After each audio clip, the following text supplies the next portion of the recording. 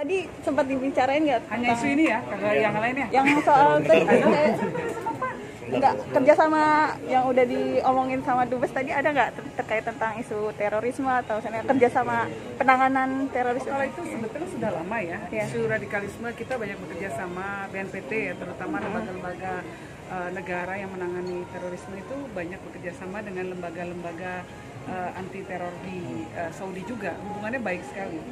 Jadi sebetulnya itu sudah lama terjalin dengan negara-negara Timur Tengah juga. Dan dengan, kalau saya pribadi, saya menjadi advisor untuk Hedayah. Hedayah itu think tank yang berbasis di Abu Dhabi, ya. Ininya Raja, yang didirikan oleh Putra Mahkota Abu Dhabi. Nah, itu memang kegiatannya adalah untuk mengcounter soal terorisme di seluruh dunia, di global. Jadi hubungan global, ya, hubungan antar banyak negara, terutama negara-negara Islam untuk menangkal terorisme ini memang sudah terjalin, ya, dan kita berharap bisa lebih ditingkatkan lagi. Karena kita melihat fenomena terorisme ini bukan fenomena lokal ini fenomena transnasional, sehingga membutuhkan kerjasama banyak negara melewati batasan-batasan negara. Nah, yang menyuplai senjata juga kadang dari luar negeri, yang menyuplai funding juga dari luar negeri. Jadi betul-betul perlu kerjasama, mulai dari kerjasama intelijen sampai kerjasama pelatihan dan membangun narasi. Ya, karena membangun narasi itu penting. Karena orang Indonesia masih banyak yang kiblatnya ke Timur Tengah. Nah, penting sekali nih ke negara Timur Tengah itu kemudian juga menciptakan narasi yang toleran, yang menjunjung perdamaian, yang mendukung kebinekaan, dan mulai sekarang trennya justru kita lihat. Kalau tentang kita apa sih Mbak sebenarnya? Untuk terorisme? Radikalisme. Oke. Radikalisme itu faktor terbesarnya bukan persoalan ajaran agama. Ini dari hasil penelitian kami.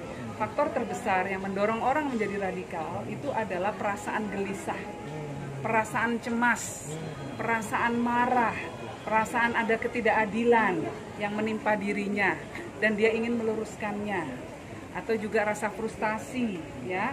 Nah, rasa kegelisahan, rasa tidak percaya diri. Nah, kemudian dia bertemu dengan orang-orang yang melakukan indoktrinasi atas nama agama. Masuklah ini jadinya, karena kemudian menjadi seolah-olah menawarkan jawaban atas kegelisahannya.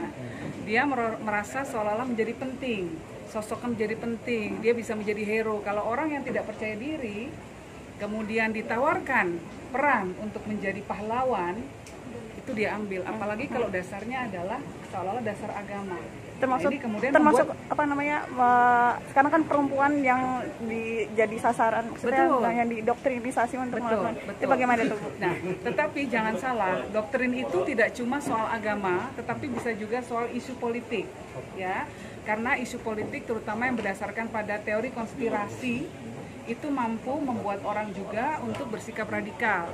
Kita lihat contohnya yang terjadi di Amerika, ya, ketika Presiden Donald Trump membuat konten di medsos, di Twitter, ya, yang memprovokasi pengikutnya, mereka kemudian berbondong-bondong datang ke Capitol Hill untuk melakukan penyerangan.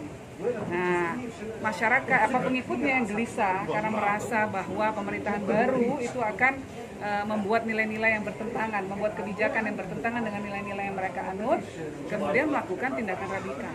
Jadi ini bukan persoalan agama, tetapi persoalan kegelisahan, ya, kegelisahan, persoalan rasa tidak percaya diri, persoalan kecemasan, ketakutan, yang kemudian dicoba dieksploitasi oleh kelompok-kelompok radikal tersebut.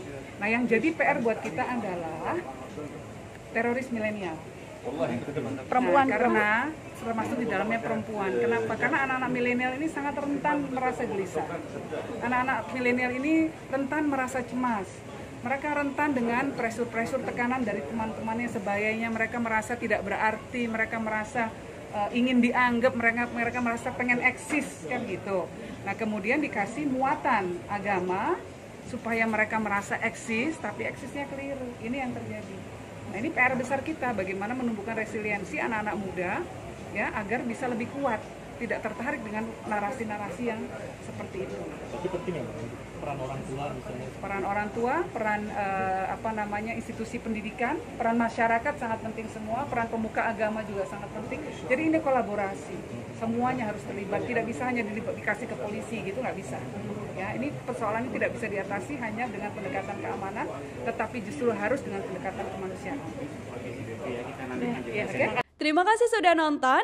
Jangan lupa like, subscribe, dan share ya.